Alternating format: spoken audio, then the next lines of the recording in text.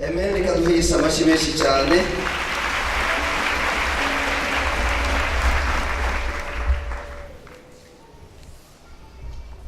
Ijambo Imana yampaye ngo tuganire, turavuga ngo ntari hano yazutse kubaho kwawe. Ntabwo ari hano yazutse niko kubaho nanjye. Imana ishimwe. Dusome ijambo ry'Imana mu gitabo cya Luka 20 igice cya 21.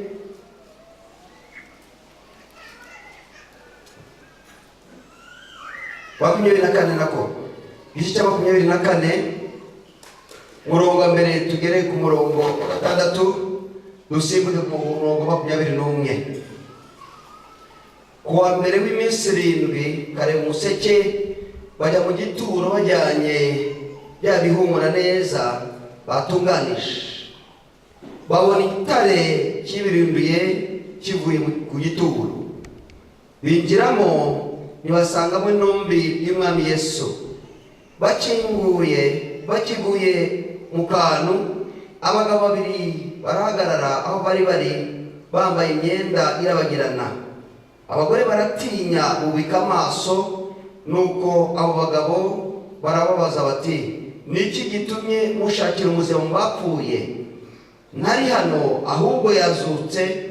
Mwibuke ibyo yavuganye namwe akiri Galilaya ati, umwana w'umuntu akwiriye kugambanirwa ngo afatwe n'amaboko y'abanyabyaha, abambwe maze azazuke ku munsi wa 3. 21.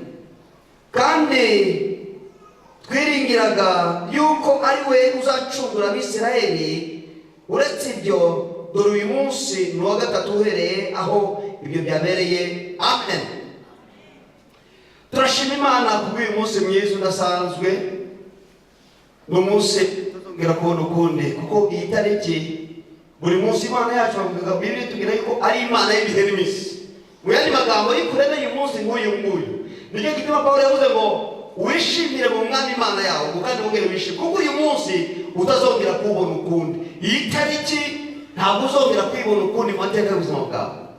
Niyo mpamvu buri munsi iyo tubyuka twita Imana, ibintu wateguye umunsi, ubuntu bwawe, imbaraga zawe, ubwenge, ubushobozi, imigisha, ibyo wateguye byose uyu munsi reka mbicakire mu izina rya Yesu, kuko ibyo Imana yateguye uyu munsi bitandukanye n'ibyo yateguye ejo, bitandukanye n'ibyo azategura ejo mu izina rya Yesu. Gahunda y'Imana yari ikomeye cyane. Plani y'Imana yari kugira ngo mw'ijuru nubwo Data, Umwana n'Umwuka Wera babayo, bakikijwe barabizi ibizima 4, abasaza 24, abamarayika bo bitwababara, abakerubi, abaserafi n'abandi bose batandukanye. Hari abamarayika b'intambara, abamarayika boherezwa mu mirimo itandukanye, n'abandi baramya, bahimbaza, barinda, bagira gute. Iyo miliyari y'abamarayika bo mw'ijuru, ariko Imana iravuga ngo turebe umuntu mu ishusho ryacu. Imana ifite gahunda kugira ngo extending cyangwa yagure ubwami bwayo ibushyire ku isi. Ni nk'uko waza ukatura ahantu ariko ukifuza no gutura n'ahandi, ariko wareba abo muri kumwe nabo ukavuga utereka ufate abantu bamwe bagenda bajya gutura hariya. Nuko natwe twaje gutura kuri uyu mugabane kugira ngo ubwami bw'Imana bumanuke buze na hano, ibiba mu ijuru abantu biba hano mu isi. Izina ry'Imana rihabwe icyubahiro. Muri iyo gahunda yo kugira ngo duhe Imana icyubahiro, aho Imana ishaka ngo yagurire ubwami bwayo, hazamo no gahunda y'umwanzi. Satani aragarwa cyane kuko yabonaga ibigiye gukoreka mu buzima bw'umwana w'umuntu. Ntabwo yimashinaga uburyo ahantu yagenda. Bibiliya tubwira muri Ezekiel uburyo ahantu yari ari, yagenderaga hejuru y'amabuye y'agaciro akomeye cyane. Yagenderaga ayo mabuye tubona atangaje cyane, za berine, za safiri, za kizozo, izo ni zero. Yagenda amabuye akomeye, za onyx, za kristal. N'ubwo ngo yari ari mu cyubahiro cyo mu rwego rwo hejuru. Abamarayika bakaramya Imana, yashyiraho tushe ye, Imana ikanezerwa iri mu ijuru. Icyama nawe ukumva yuko ari uko kunezeza umutima w'Imana, ukajya muri uwo mwanya Lusiferi yabagamo wo kunezeza umutima w'Imana amanywa na nijoro. Ntacyo uzabura n'Imana. Ibyo Imana yakoreye Lusiferi mu ijuru izabigukora hano mu isi mu izina rya Yesu.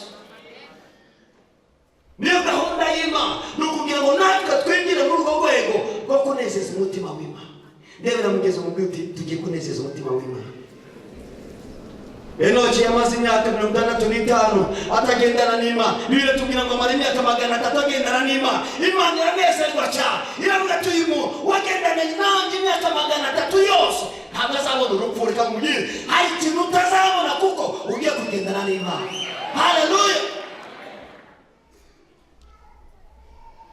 Satani aravuga ati ntibishoboka. No way possible. Uyu muntu ntabwo yajya mu makingo cyane. Uyu muntu ntabwo yaramye Imana. Uyu muntu ntabwo yabona icyubahiro cy'Imana. Uyu muntu ntabwo yacaganira n'Imana. Uyu muntu ntabwo yabona imbaraga z'Imana. Uyu muntu ntabwo yasa n'Imana. Ntabwo bishoboka. Asanga umugabo ari oruje, abagabo bari hano turi mariye amabwire. You have to overwatch upon your wife days and night. Ugomba kurinda umugore wawe amanywa n'ijoro. Ntibabwije ukuri. Eva yagiye wenyine adamusiza aho yarari ntanamenye gahunda uko zagenze. Satani aravuga ati uyu ngori wenyine kamugende.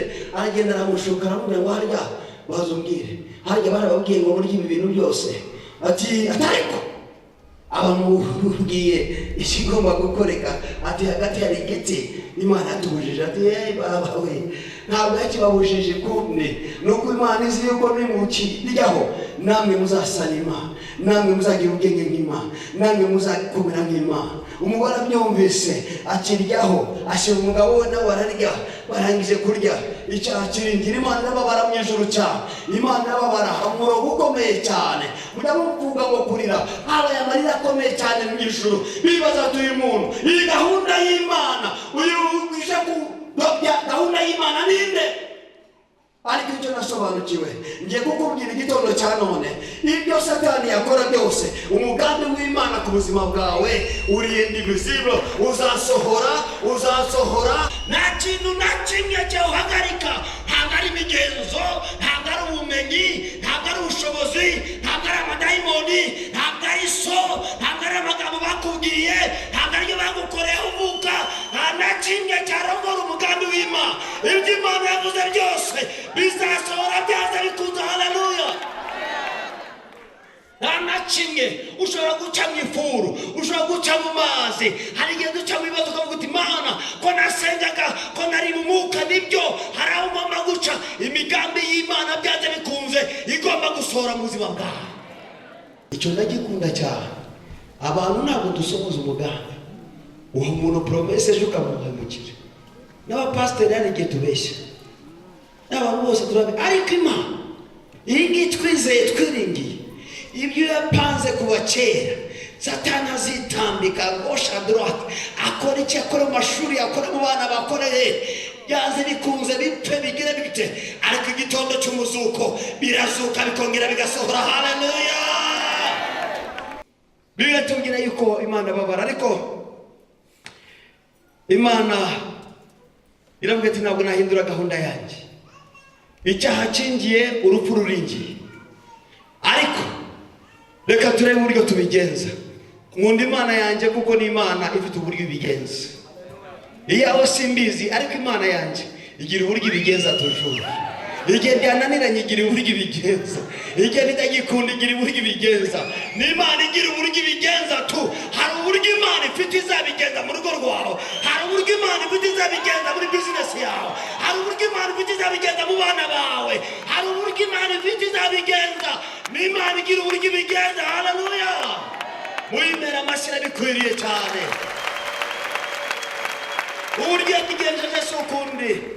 Urukundo yadukunda ruhebuje cyane. Itanga umwana wayo w'ikinege. Bibiliya ivuga ngo habaho amarira akomeye cyane mu ijuru. Ngo ariko umwe aravuga ati nimurire muhore muceceke, hari ikintu cyabaye, hari amateka yahindutse. Hari umwe gusa aruta abandi bose.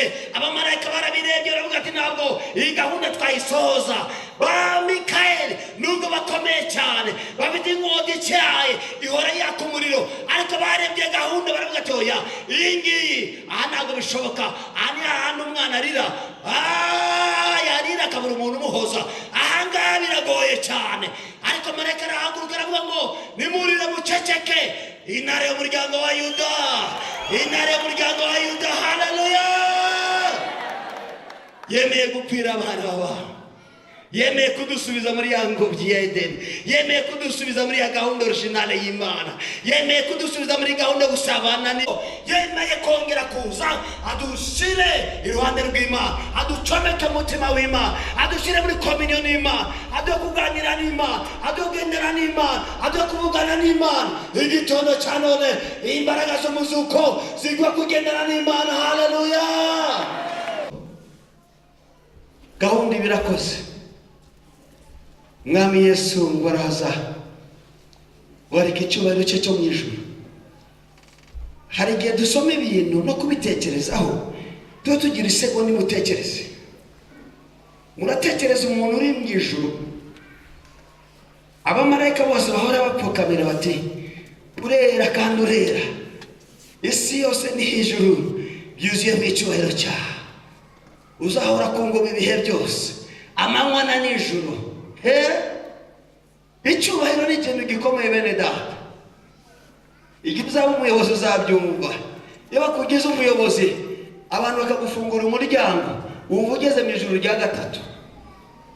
Iyo bakugize umuyobozi, ukabona abantu bose barakubashye, bakakubitira isaruti. Isaruti yo ni danje. Saruti. Kubitira isaruti, ukinjira kubitira isaruti wawe, wumva wageze mu ijuru rya gatatu kandi ntaho wari wagera.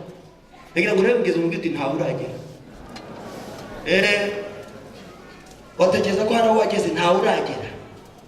Yesu arabireka ibihe byose, cyo cyubahiro cyose, izo mbaraga zabaga mu ijuru, ubwiza bwabaga mu ijuru, inzuzi z'amazi y'ubwiza atembaga mu ijuru, iyo byose arabireka. Iyo dekora arayireka, iyo cyubahiro arakireka, iyo ntebe arayireka, areka aho yari ari, areka uburyo bamuririmbiraga byose arabyibagirwa. Araza yambara kamera k'umwana w'umuntu, araza muri iyi si asonza nkawe.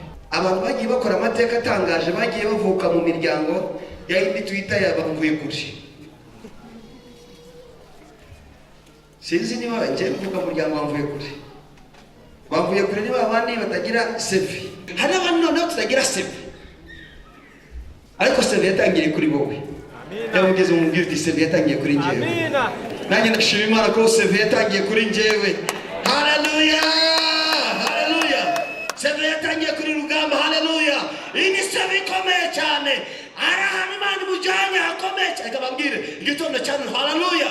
Rugamba Imana izamuzamura mu buryo bukomeye cyane, izamujyana mu bihugu byinshi cyane atigeze atekereza na rimwe mu buzima bwe, izamwigisha indimi atigeze atekereza mu buzima bwe, kuko hari sevesha Imana iduha. Haleluya!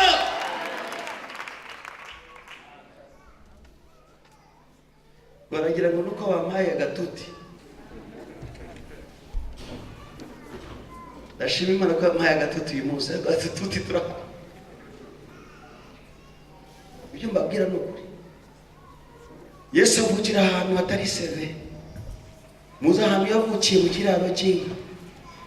Ndabibutsa yuko yari Imana 100%, kandi icyo gihe habaga amazu akomeye cyane. Za piramide zari zarabaye imyaka ibihumbi n'ibihumbi. Hari amazu akomeye cyane yabaga mu isi. Ama etaje ntabwo ari ay'uyu munsi. Nimugire ngo urakora igorofa ugire ngo ni umunsi. Ama etaje abayeho imyaka ibihumbi n'ibihumbi. Ariko ajya kuvukira ahantu horoshye cyane. Abantu rero b'abakristo cyane cyane abakristo.com turebera abantu ku myenda. Uri mwene nde ni mwene kanaka, reka zamushingira umukobwa wanjye. Uwo ni nde ni mwene kanaka, reka ngira uruhande rwe buri ahantu azangeza, nta hantu azakugeza keretse imbaraga z'umuzukuru zizahakugeza mu izina rya Yesu. Haleluya! Haleluya! Yesu aravutse, Yesu abayeho, ageze muri iki gihe gikomeye cyane cyo dushaka kwibandaho kugira ngo tunarangize.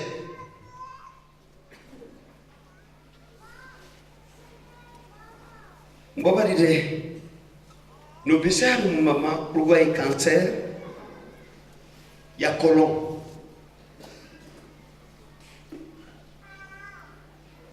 Muri iki cyumweru azagenda yipimisha.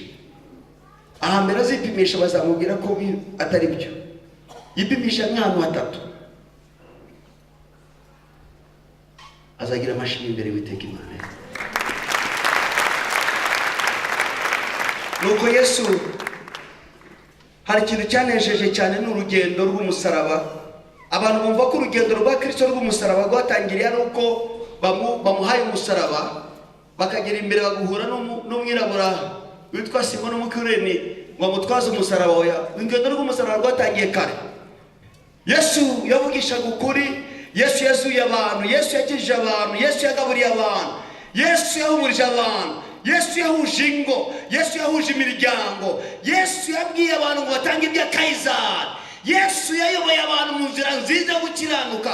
Ibyo byose ntibabibonye, ariko bashaka kugira ngo ibi bintu akora bitandukanye n'ibyo twari tuzi. Twebwe mu mategeko yacu koda murabi, iyo umuntu yakukubita gipfunsi nawe amukubita gipfunsi, iyo umuntu yakwibaga nawe aramwibaga, iyo umuntu yakwiciraga nawe wagiraga inzigo ukamwicira. Ariko uyu muntu azanye principe zitandukanye z'ubwami bwo mu ijuru. Ntabwo bishoboka, tugomba kumwica. Ndamubwira ngo uzagendere mu kurego n'utekereze ko abantu bose bazemera ukuri kwawe. Amina. Nugendera mu gukiranuka hari abazakurwanya. Suko bakwanze, nuko hari imbaraga ziri muri wowe, imbaraga zo gukiranuka zirimo zirabota, imbaraga z'ukuri zirimo zirabota.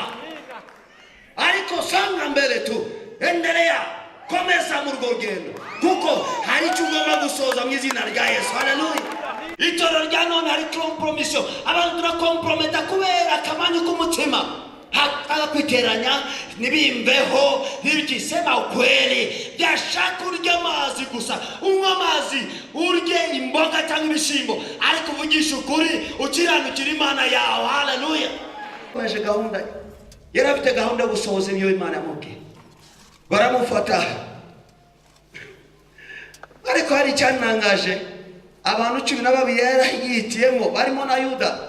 Yuda yari umujura ceinture noire, umujura kabuhariwe. Yajyaga yiba buri munsi, Yesu akamubwira ariko se we Yuda ko wahibye? Akaceceka. Ati oya, ataka pamfere katukagurisha dufashe ngo ati uri umujura bye kandi ni wowe uzanta.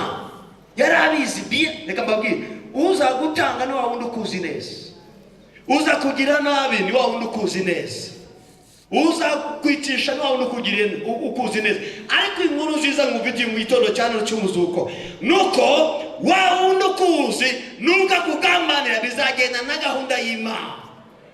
Ariko titegeye, uza kugira nabi ni wa wundi ukuzi neza, ni wa wundi musangira, ni wa wundi waguriye ikoti, ni wa wundi wahaye amafaranga, ni wa wundi wazamuwe, ni wa wundi waguriye inzu, ni wa wundi waguriye imodoka, ni wa wundi wishyuye amashuri, ni wa wundi. Ariko ibyo azagukora byose bigusunikira muri gahunda y'Imana, muri destiny y'Imana. Haleluya.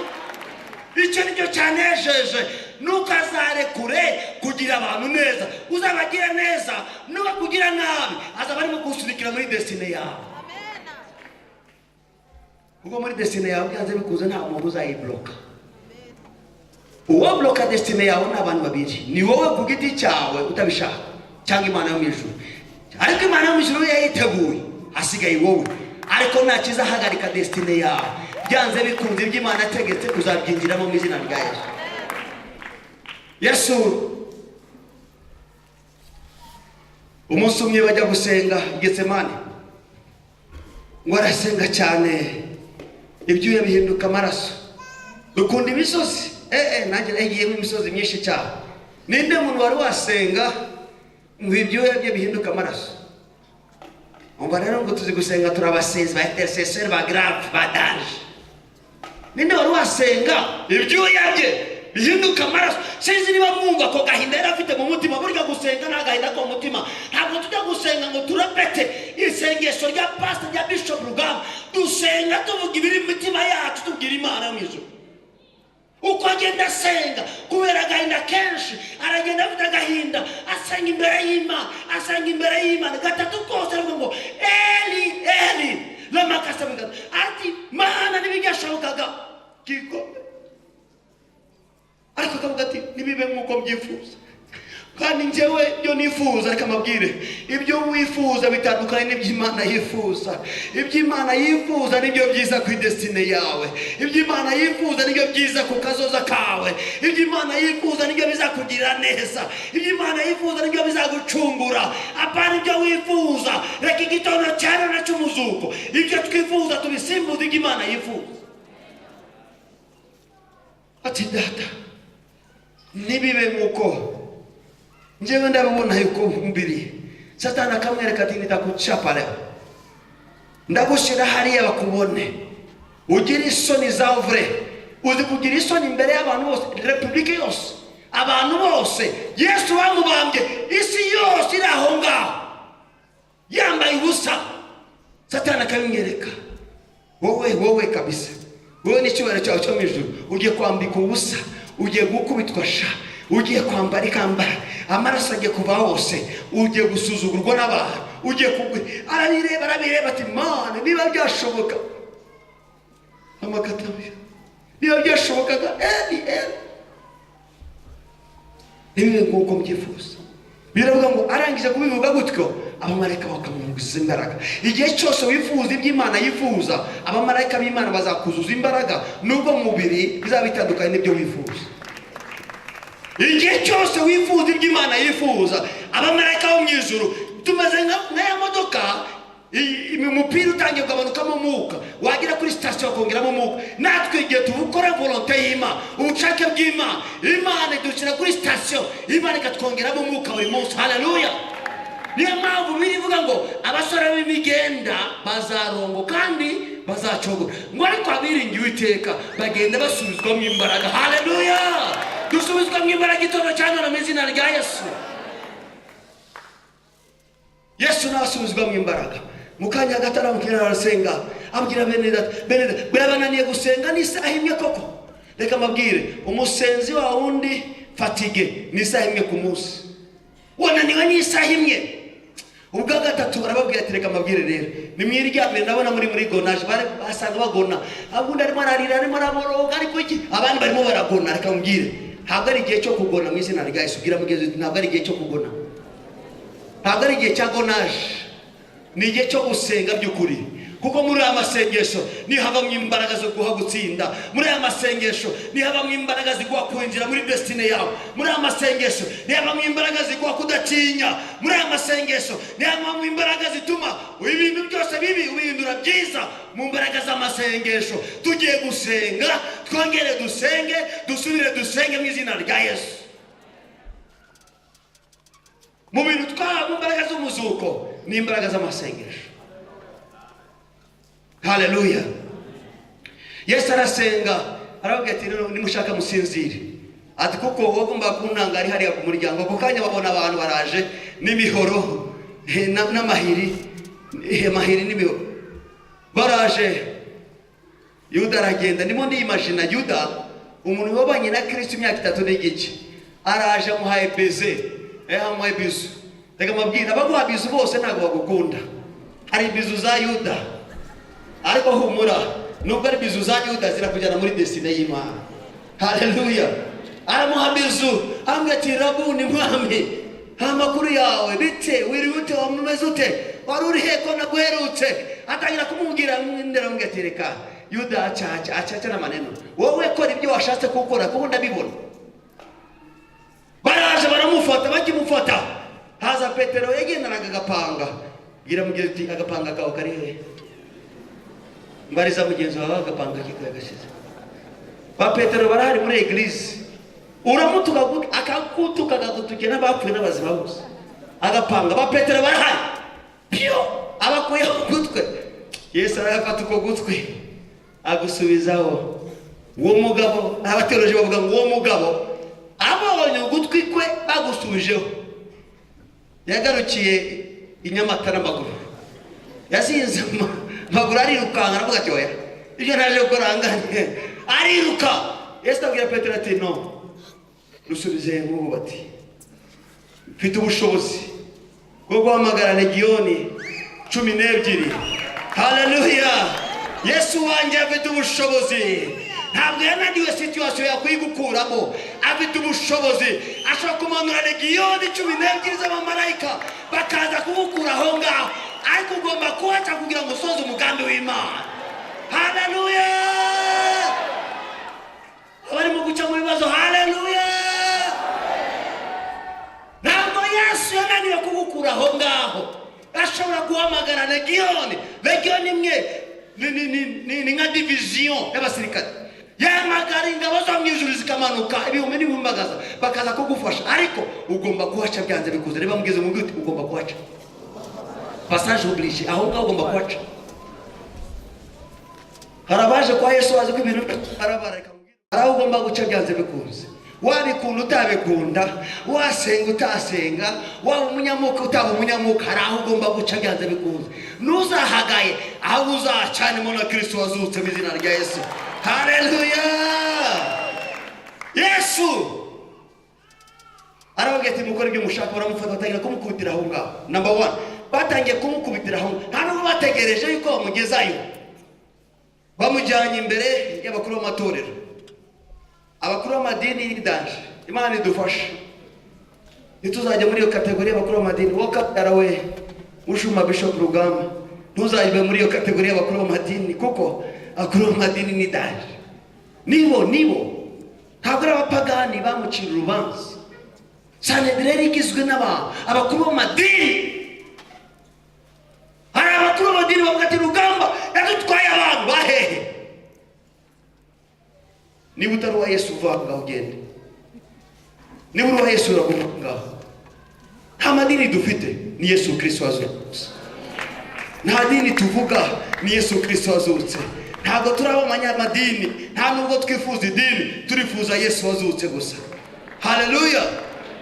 Bamucira urubanza, reka nirukanke ngere ahantu.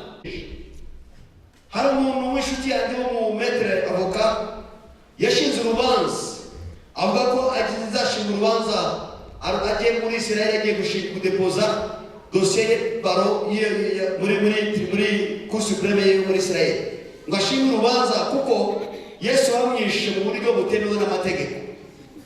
Naramurebye namubwira ni process sans effet, kuko ibi Yesu yagomba kubicamo, yaravuze ko azabicamo. Iyi process ugiye kwita ati no pastor rwose ibi ngibi ntabwo nabyemera.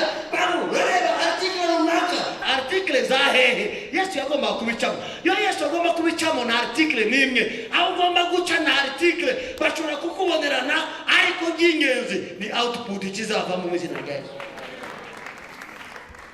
Yesu baramufashe, babonye nta kosa, baramubwira ati arya wiyise umwana w'Imana, ni wowe Kristo wagomba kuza. Ati mwabivuze, atahubwo icyo mutazi, muzambona amagaze nicaye iburyo bwa Data. Ati baraba wira blaspheme. Bati noneho yishe ibintu byose, baramutwaye ariko bakabura ikintu gifatika.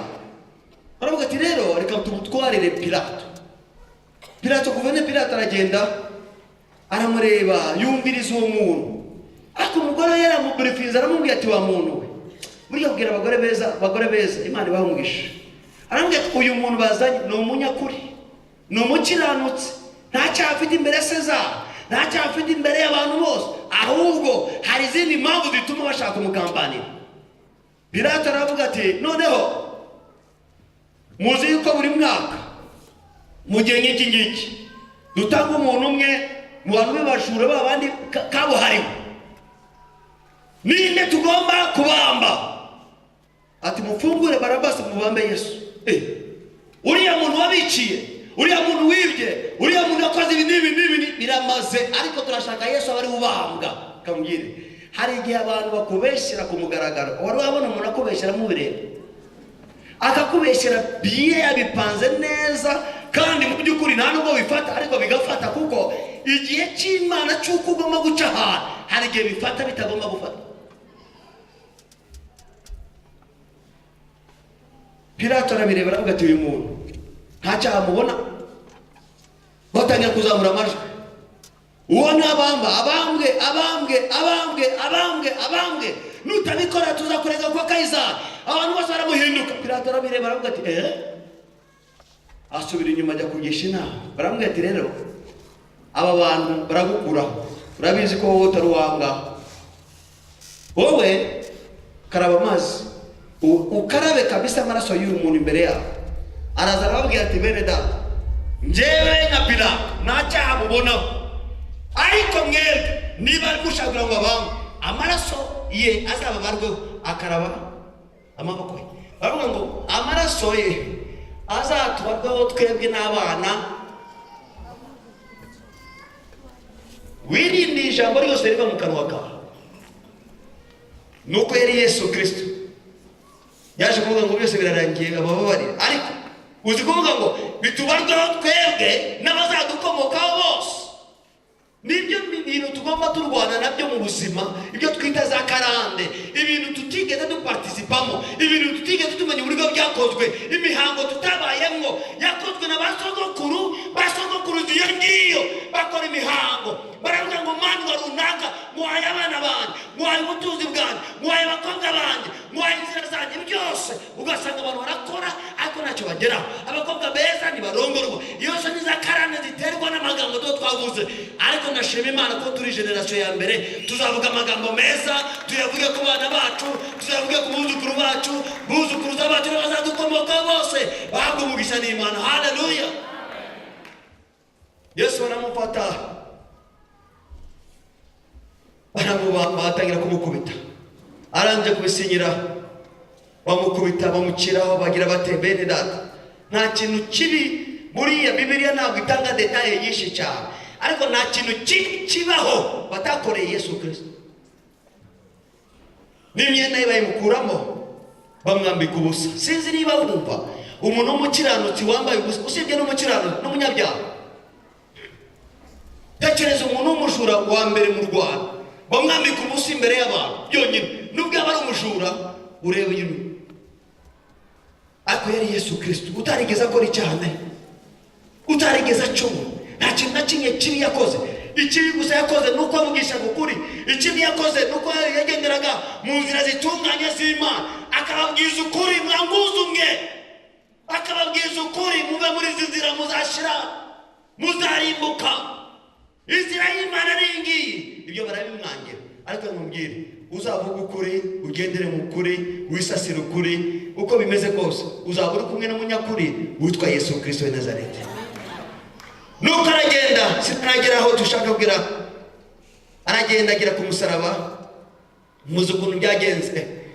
Ahageze arongera arataka cyane, kuko yari afite umubabaro ukomeye cyane. Ariko ikintu cya mbere cyanejeje nuko abanyentege nke nibo bagendanye nawe kugera ku musaraba. Petero yari umunyembaraga kandi yari inshuti ye, yagendanaga nawe, niwe wari umuntu we wa confiance igihe cyose. Ariko byarakomeye, aramwihakana inshuro 3. Reka mabwire bene data, ntuzagere igihe wihakana Yesu, kuko ari wihakana Yesu uzakuzemera nde wundi, nta wundi wakwemera Yesu niwe gusa. Aramwihakana 3. Petero arababara cyane, ariko nubwo yaje kuba barakihana, nta nubwo yamukurikiye ku musaraba. Abamukurikiye ku musaraba n'abagore, abadamu bari ahangaha, reka tubakomere amashyi abagabo, twese dukomere abadamu mu mashyi mu izina rya Yesu.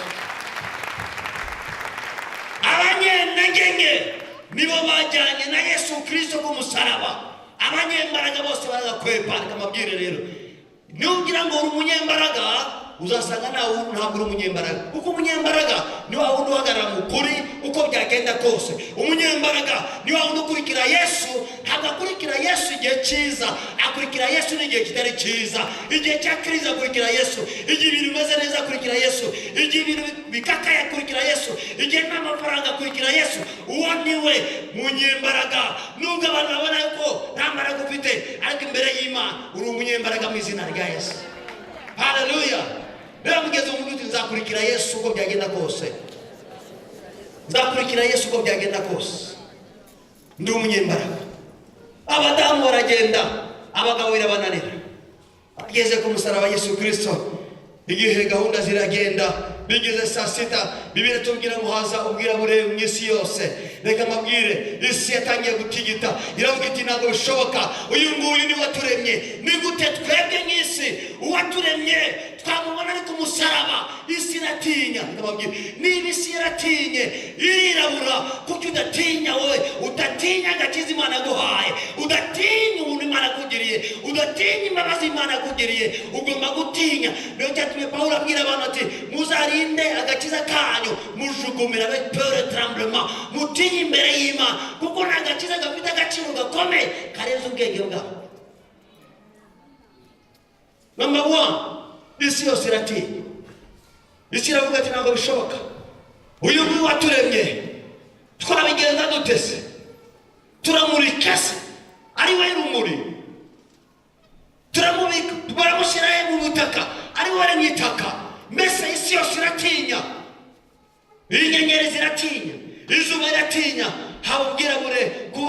sita kugeza saa 9 isi yose yatinya. Bene da kuki utagitinya agakiza? Uyu munsi nagira mungire kuki utagitinya agakiza? Uravanga ugenda usamba, uravanga ugenda ubeshi. Yigeze ko umusore umwe yamaze 40 shuri y'amasengesho mu itorero ryacu, umuririmbyi ukomeye. Arangije 40 shuri y'amasengesho, muri zo 40 shuri amara 7 shuri seke za nyuma. Urumva amaze iminsi 33 yiriza rya saa 12. Iminsi 7 ya nyuma ayirangiza atarya akanywa. Amamagaye umusore nawe ni kabisa ugiye kumanuka nka Mose neza neza. Ariko icyanangaje umunsi wa kabiri yari kumwe n'undi muririmbyi akubita ikinyoma cya kini, ikinyoma cya vure. None undi aramugete gusa twumvika ni wowe cyangwa ntabwo ari wowe?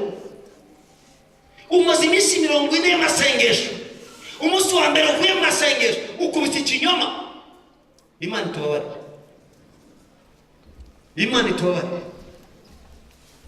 Nimutekereza aho ubwira isi yose yino mushitsi kuko Yesu Kristo ari ku musaraba kubera wowe nanjye.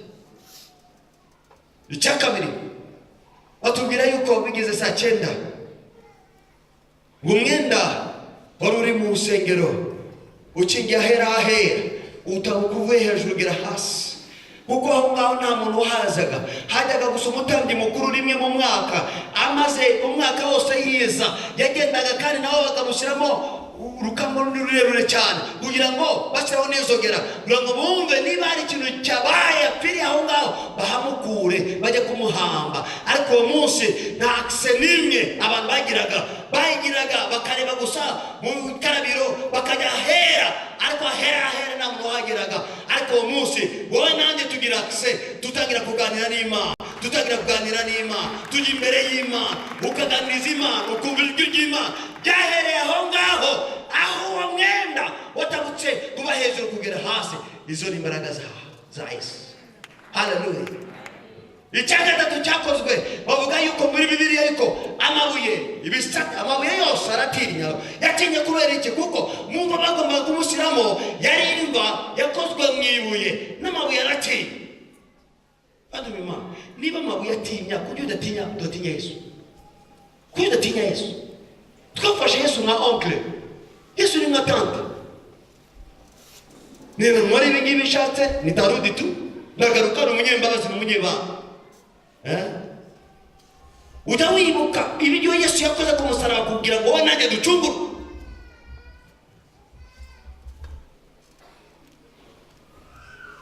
Amabuye yaravuga ati oya, twabitse benshi ariko ntabwo twebe tubika umubiri w'uyu nguyu. Yose papa hirya no hino bisate amabuye. Ntabwo yarakeneye imashini zo gusenya amabuye. Amabuye yonyine atangira gukubita nayo nyine ati oya, nidiga nibiraba karabaye.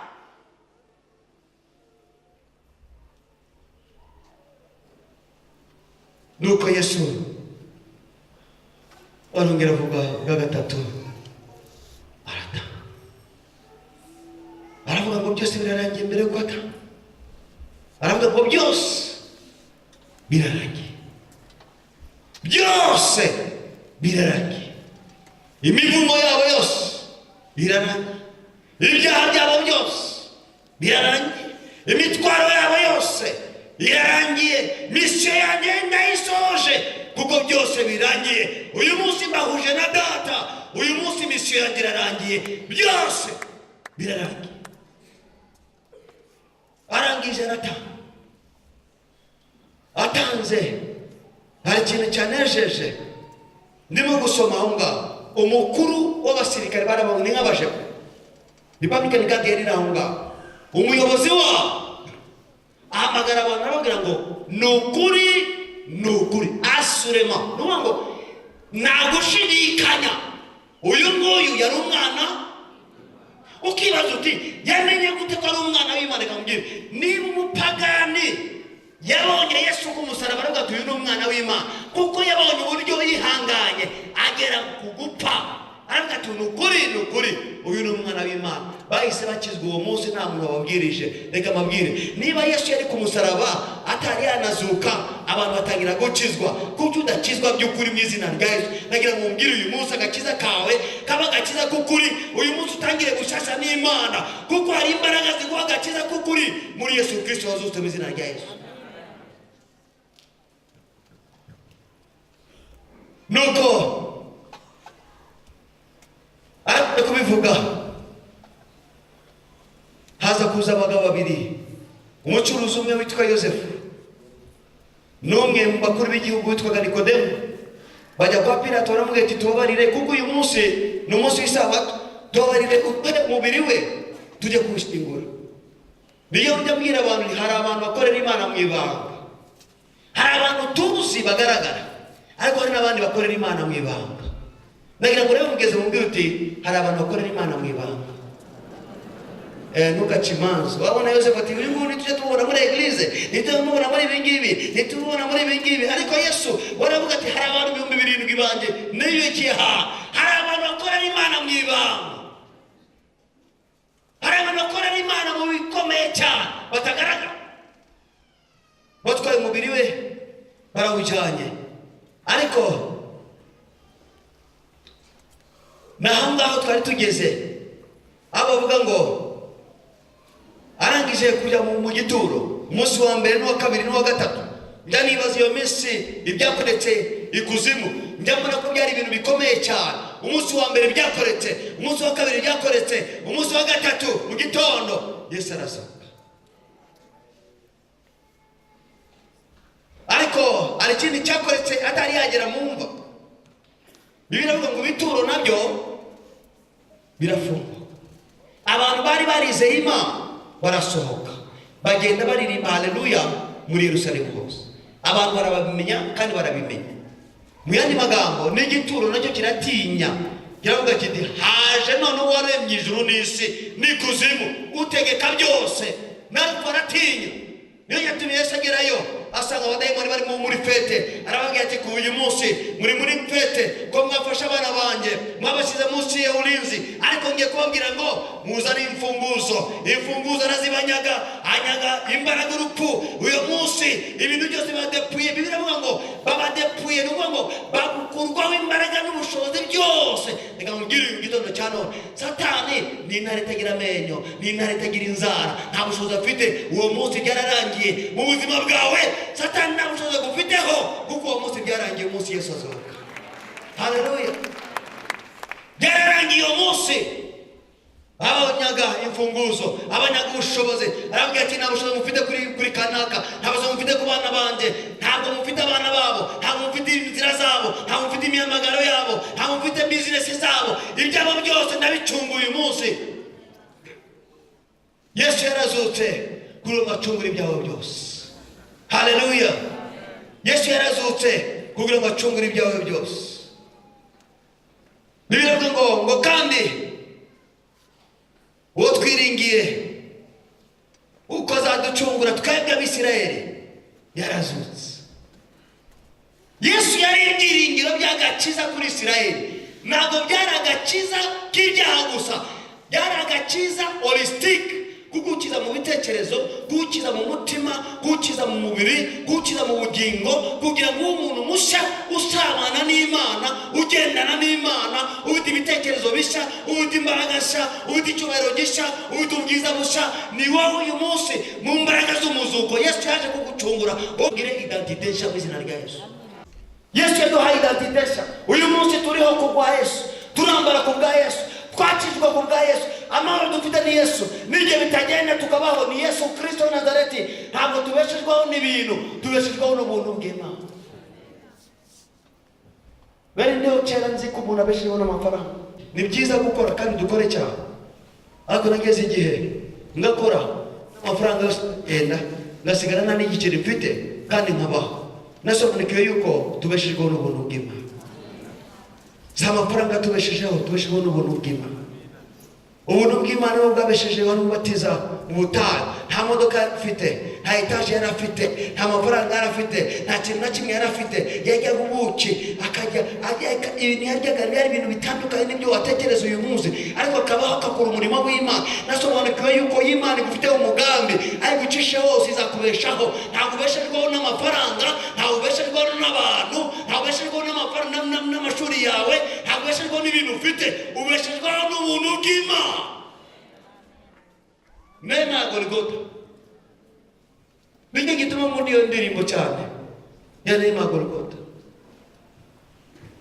Neema ya Golgotha ni kama bahari kubwa, neema tele na ya milele, neema ya kutosha, neema ya Golgotha ni kama bahari kubwa, neema tele na ya milele, neema ya kutosha.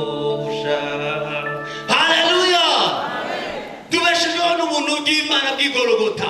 Yesu yadapfa ntabwo ari kuba uri uyu munsi.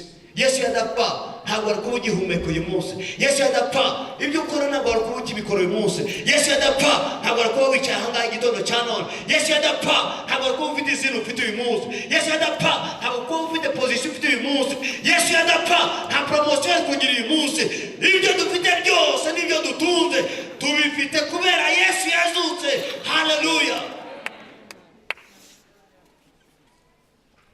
Yesu mu kuzuka kwe, Abefeso 2:6, reka dusome turangira reko dusenga Imana.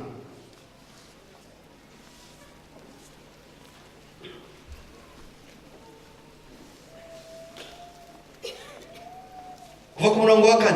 Ariko Imana kuko ari umutunzi w'imbabazi yaduhinduranye bazima na Kristo kuko urukundo rwinshi yadukunze, ahubwo twari dupfuye tuzi ibicumuro byacu, ubuntu nibwo bwabakijije. Nuko ituzurana nawe, itwicaranya nawe mu ijuru mu buryo bw'umwuka turi muri Kristo Yesu, kugira ngo mu bihe bizaza izerekana ubutunzi bw'ubuntu bwayo buhebuje bwose, itugira neza muri Kristo Yesu. Amen. Haleluya! Ibyo dufite byose tubifite muri Kristo. Kandi umunsi azuka, Bibiliya ivuga ngo yaragiye umunsi azuka, natwe aratuzamura mu buryo bwo mu mwuka, atwicaranye iburyo bwa Data mu buryo bwo mu mwuka. Mu yandi magambo nuko utazuriwe, ariko mu buryo bwo mu mwuka hari igihe mu mwuka Imana ikwicaza iruhande rwa Data.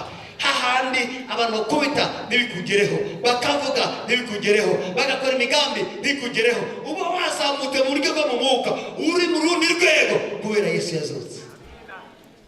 Yesu yazutse, biravuga ngo ibintu byose twabiherewe mu buntu bw'Imana. Ni ukuvuga ngo ari urugo rwawe ni ubuntu bw'Imana, ari abana ni ubuntu bw'Imana, ibyo ufite ni ubuntu bw'Imana, kubwiriza ni ubuntu bw'Imana, kumva ijambo ry'Imana ni ubuntu bw'Imana. Byose twabiherewe mu buntu bw'Imana kuko Yesu yazutse, kandi muri Kristo Yesu. Mu yandi magambo, inyuma ya Kristo nta kintu na kimwe dushobora kubona cyiza. Ejo bundi umukozi w'Imana yahuye n'umukristo, aza kwihana avuga ko yavuye ku mupfumu. Noneho uwo mukozi w'Imana ararira. Umukristo aramubwira ati nturire, erega nagiye kuri wa mupfumu w'i Remera, nsanga abenshi 80 bari abakristo. Uwo mukozi w'Imana aramubwira ati mbwiza ukuri, niki gituma muva mu rusengero mukajya mu bapfumu? Aramubwira ngo nuko tudafite ibyiringiro by'ejo hazaza, nicyo gituma tujya kubaza abapfumu. Aramubaza ngo uwo mupfumu yakubwiye iki? Akambwira ibintu ariko numva nanjye ntabwo mpamanya n'umwuka wanjye. Mu yandi magambo, niyo yakubwiye wumva ari ibinyoma, ati ni ibinyoma, ntabwo nabyemeye.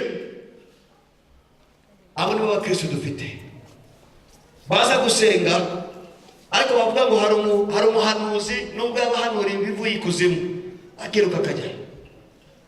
Bavuga ngo hari eglise yavumbutse, ibitangaza nta nubwo azi ibyo ari byo, n'abambaye ubusa n'abagize bate bose akajyayo. Reka mubwire uyu munsi, iyo imbaraga zazuye Kristo nizo zaguhaye kubaho, uzabaho garanti y'ejo hazaza hawe. Ntabwo bidepanda n'umuntu, ntabwo bidepanda n'amagambo uzumva z'umuntu. Nubwo umuhanuzi atakubwira, dufite ubuhanuzi ahangaha, iri jambo nibwo buhanuzi bwacu. Igihe cyose nisomye numva ko ari njyewe ryandikiwe, kandi arifata rikaba iryanjye. Nurigira iryawe rizakora ibitangaza mu buzima bwawe. Ntabwo dukeneye abandi bahanuzi, dukeneye Yesu Kristo, niwe muhanuzi muzima mu buzima bwacu. Ahabwe icyubahiro iteka ryose. Niyo muhanuzi dufite gusa, ubuzima bwacu bwose muri santere muri Yesu Kristo. Ndarangiza mubwira nti ikibazo ufite ni ikihe mwire data? Igitondo cya none kuri nkuru nziza Yesu yazutse, yavuze ngo byose yabirangije ku musaraba. Niki kikubabaje? Ibyo ucamo bikomeye cyane bidatewe n'ibyaha byawe, kuko we ntabwo ari ibyaha bye byatumye acamo ibyo ngibyo, n'ibyaha byawe nanjye. Ariko wowe hari ibyo ucamo bitewe n'ibyaha byawe, ariko n'ibyo ngibyo kubera Yesu yazutse uyu munsi ushobora kwihana ubwa kabiri, ukabwira Yesu uti Yesu uyu munsi ndakwihaye burundu, ugendane nanjye, ubuzima bwawe bugiye guhinduka uyu munsi mu izina rya Yesu. Mu gusenga numvaga yuko Imana ishaka kuduhindura ubuzima, nitangiriyeho nanjye. Imana ishaka kuduhindura amateka, Imana ishaka kuduha chapter nshyashya mu buzima bwawe. Imana ishaka guhindura something. Hari ikintu Imana igiye guhindura muri wowe nanjye, hari ikintu Imana igiye gukora muri wowe nanjye gituma duhinduka tukaba bashyashya mu izina rya Yesu. Hari ikintu cyapfuye kigiye kuzuka, hari ikintu kitagaragara kigiye kugaragara, hari icyabaga kure kigiye kuza hafi, hari ikintu gishya kigiye kureka mu buzima bwawe nanjye ubwo tugiye gusenga Imana. Nagira ngo muri kano kanya witegure tusenga Imana. Muri kano kanya utekereze uburyo Yesu yapfiriye ku musaraba.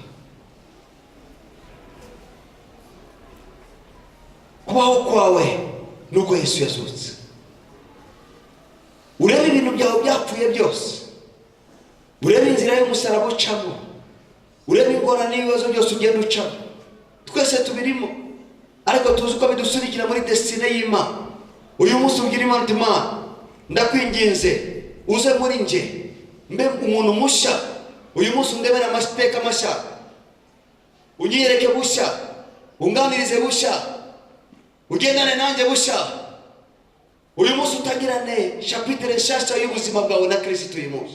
Nurebe imyaka umaze mu gakiza, nurebe ibyo wakoze mu rusengero, wumve ko hari ikintu gishya kigiye kuba mu buzima bwawe, hari chapitre nshya igiye kuvuka mu buzima bwawe. Wisuzuma muri kano kanya, urebe ubuzima bwawe, utangire usenga Imana. Ndaza kugusengera nyuma, ariko utangire uganire n'Imana.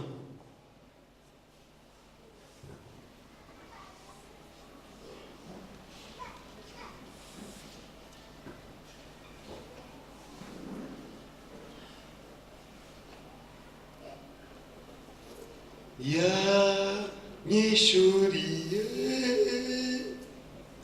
ya myenda yose, yambabariye ibyaha atumanerane. Yanyishuriye ya myenda yose, yambabariye ibyaha atumanerane.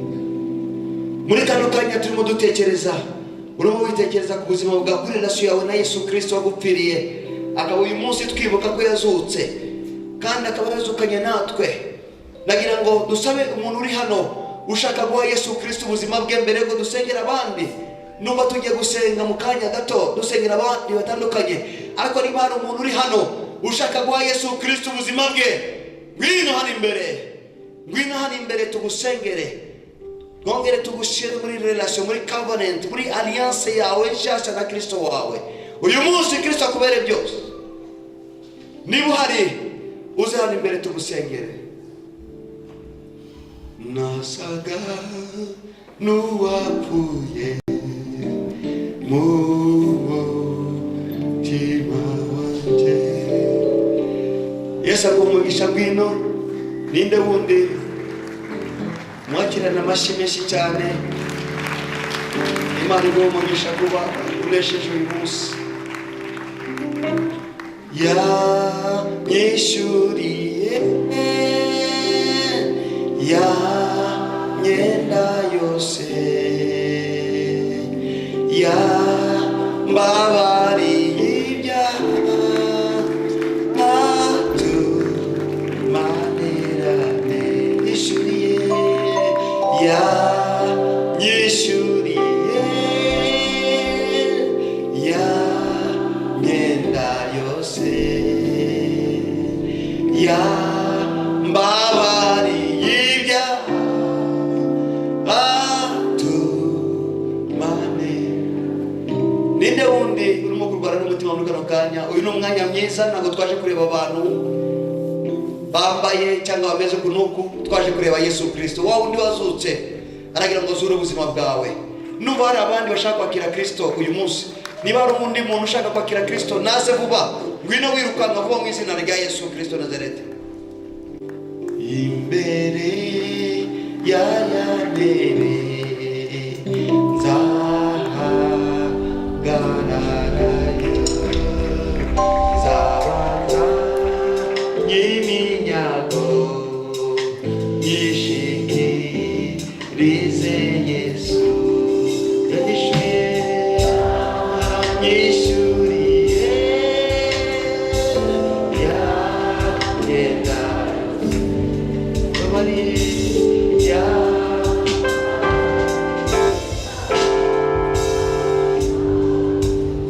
Numva mu mutima umwuka wera arimo aranyemeza ko hari abandi bantu, niba hari vuba kubona mwanya dufite, mbabarire ngwino haguruka, se na bene ufite haguruka vuba vuba uze hano imbere. Nibwo butwa nukwemeza imbere y'abantu yuko wowe utanye na Satani uwawe wa Yesu Kristo we Nazareti wawe. Ninde wundi wicaye uri umunsi wa deliverance ku buzima bwawe? Ajya speed ndumva mu mutima wanjye. Ninde muntu wundi wicaye? Ndumva undi muntu wicaye. Ahaguruka vuba mu izina rya Yesu. Nibwo butware. Garagaza uyu munsi ko Yesu yazutse azura ubuzima bwawe. Ninde wundi muntu hari ushaka guha Yesu Kristo ubuzima bwe uyu munsi? Umwana w'Imana ugira umubyeyi udasanzwe useruka mu gihe gikwiriye.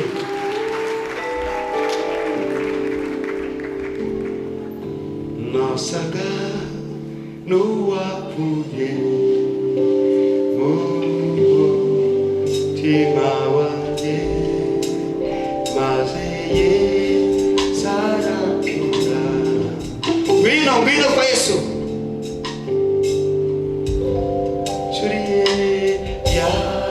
Yanyishyuriye ya myenda yose yambabariye ibyaha atumanira. Kadusabe mama Bishop aze aganirize ubwoko bw'Imana, abashyire muri alliance y'Imana. Mwakoze neza uyu munsi. Hari ibintu ushobora kuregreta ko wahisemo business mbi, ushobora kuregreta ko wagiye muri faculté mbi yo muri université, ariko nta munsi n'umwe uzaregreta ko wahisemo Yesu Kristo, kuko iyi ni intambwe nshyashya mu buzima bwawe, ni identité nshya Imana igiye kuguha. Ariko numva hari undi muntu mbabarira, ninde wundi muntu just spirit, ninde wundi muntu mbabarira aho uri uhaguruke vuba vuba, stand up and fit. Numva hari undi muntu umwuka namwe ngo ninde wundi muntu hari vuba huri, ntugire isoni. Kuki mutegereza yuko tubabwira inshuro ebyiri? Mwuka arimo aravuga, kandi nawe arabizi. Uhaguruka uri vuba uze bagusenge, kuko uyu ni umunsi ukomeye cyane. Kenshi turabivuga, wasohoka ati pastor tuburiye ni njyewe nanjye sengera. Ubuntu buri hano none ahangaha butandukanye n'ubuntu buza kuba buhari mu isaha imwe rimwe. Imana yacu ni Imana y'ibihe n'iminsi. Hari ibihe Imana ishaka gukora ikintu mu buzima bw'umuntu, yukira se cyo gihe kugira ngo sikri zagaruke bigufata imyaka. Ibyo bintu mujye mubimenya bene data. Hari igihe umwuka barimo gukora imirimo ugomba kumva, ngo twumve icyo umwuka abwira itorero. Ninde muntu uri hano ushaka guha Yesu Kristo ubuzima bwe? Mutima urabimana.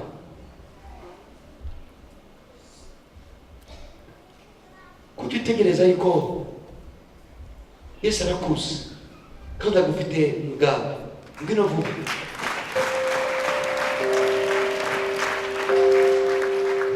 Ayandi mashyi ntabwo biba byoroshye.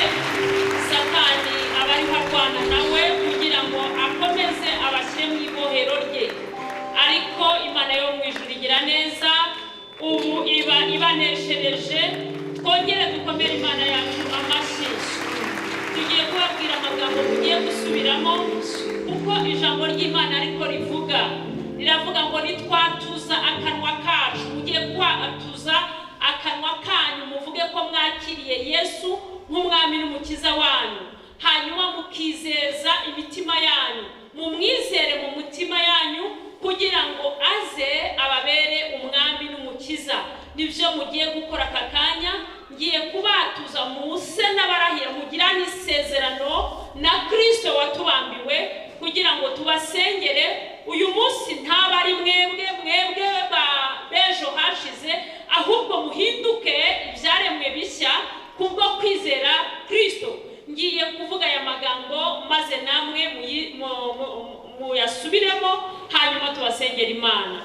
Nimuvuge ngo Mwami Imana yacu, turagushimye, twumvise ijambo ryawe ritsinda imitima yacu, riratumurikiye, dusanga turi abanyabyaha. Tugusabye imbabazi ku byaha byose twacumuye. Tubabarire Mwami wacu, udukure mu gitabo cy'urupfu, udushyire mu gitabo cy'ubugingo. Turakwakiriye Yesu, tubaye abawe, utuyobore muri iyi nzira, ntitube tukiyobora. Tuguhaye ubuzima bwacu kugira ngo abe ari wowe ubuyobora.